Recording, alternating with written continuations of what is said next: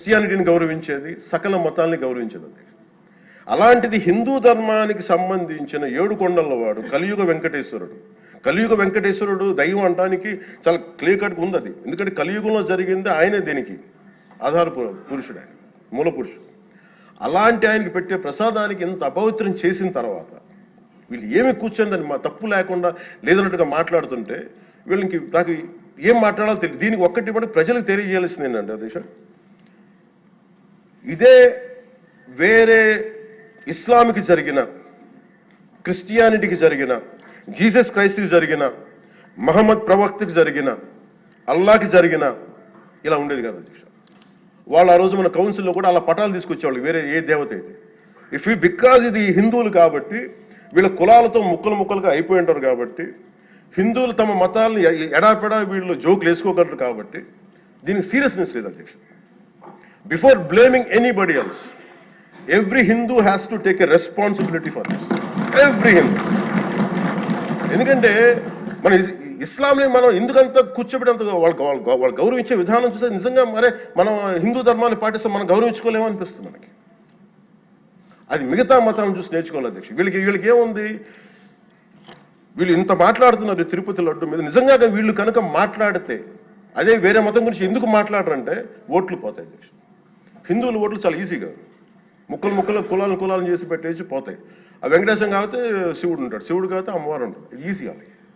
ఈ నైజం జనాల్లో మారినంత కాలం ఇలాంటివి జరుగుతూనే ఉంటుంది అధ్యక్ష. వీళ్ళు ఇలాగే మాట్లాడుతూనే ఉంటారు. ఇది లోపల నుంచి మనందరం కదలాలి, ఇర్రెస్పెక్ట్ ఆఫ్ పార్టీస్. నేను వైసీపీలో ఇప్పుడు రాని వైసీపీ నాయకులు కూడా అడుగుతున్నాను, వాళ్ళ మద్దతుదారులు కూడా చెప్తున్నాను ఈ సభాముఖం.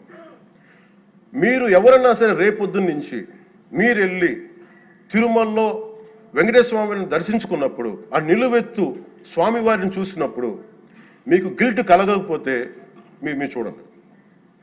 ఎందుకంటే ఆయన కళ్ళలోకి చూసినప్పుడు మీరు ఇన్ని తప్పులు చేసేవాళ్ళు మేము వెనకేసుకొస్తున్నామని ఎవరన్నా మాట్లాడితే ఆ పాపం వాళ్ళకే కాదు వాళ్ళకు కూడా చుట్టుకుంటుంది. ఇది ఖచ్చితంగా దీన్ని ఎక్కడో చోట దీనికి ఒక లాజికల్ కన్క్లూజన్ అయితే పట్టుకెళ్ళదు. దోషులకి శిక్ష పడాల్సింది. ఎందుకంటే ఇది ఇక్కడతో ఆగకపోతే ఇది ఒక పరంపర అయిపోతుంది.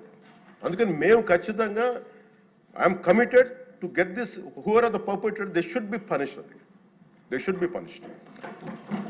అలాగే ఒక ముగింపు 2 వాక్యాలు చెప్పి నేను చెప్పి ముగిస్తాను.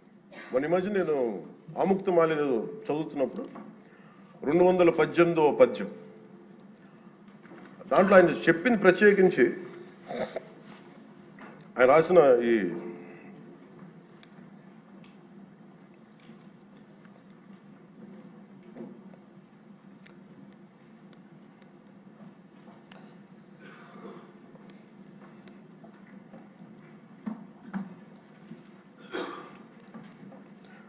అంటే దేవాలయాల మీద డబ్బుల్ని ఎలా ఉండరు అంటే రాజుకి కర్తవ్యాన్ని ఉపదేశించే పద్యం. ఆయితికానికి ఇవ్వకు మమరాలయ ముఖ్యము, అతడు అర్థతృష్ణాయుతుడై నిజోర్వియగు నష్టికి ఆ ధనమును తరల్చి రాజు ఆయతనమునకు చేర్చు, మరి అట్టిది ఆపత్యము కాన ఒంటిగాడే అధికారి కావలయ ఇంచుకు తిన్నను వాడే రూపురం.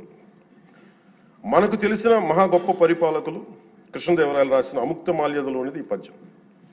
దేవుడి సేవలో ఎలాంటి వారిని నియమించాలో రాజుకు కర్తవ్యాన్ని ఉపదేశించే పద్యం. రాజు కోసం వసూలు చేసేవాడికి దేవాలయంపై అధికారం ఇవ్వద్దు. అలాంటి వాడు డబ్బు మీద ఆశతో రాజ్యానికి వసూళ్లలో నష్టం వచ్చినప్పుడల్లా దేవుడది ధనాన్ని తరలించి రాజు ఖజానాకు చేర్చేస్తాం.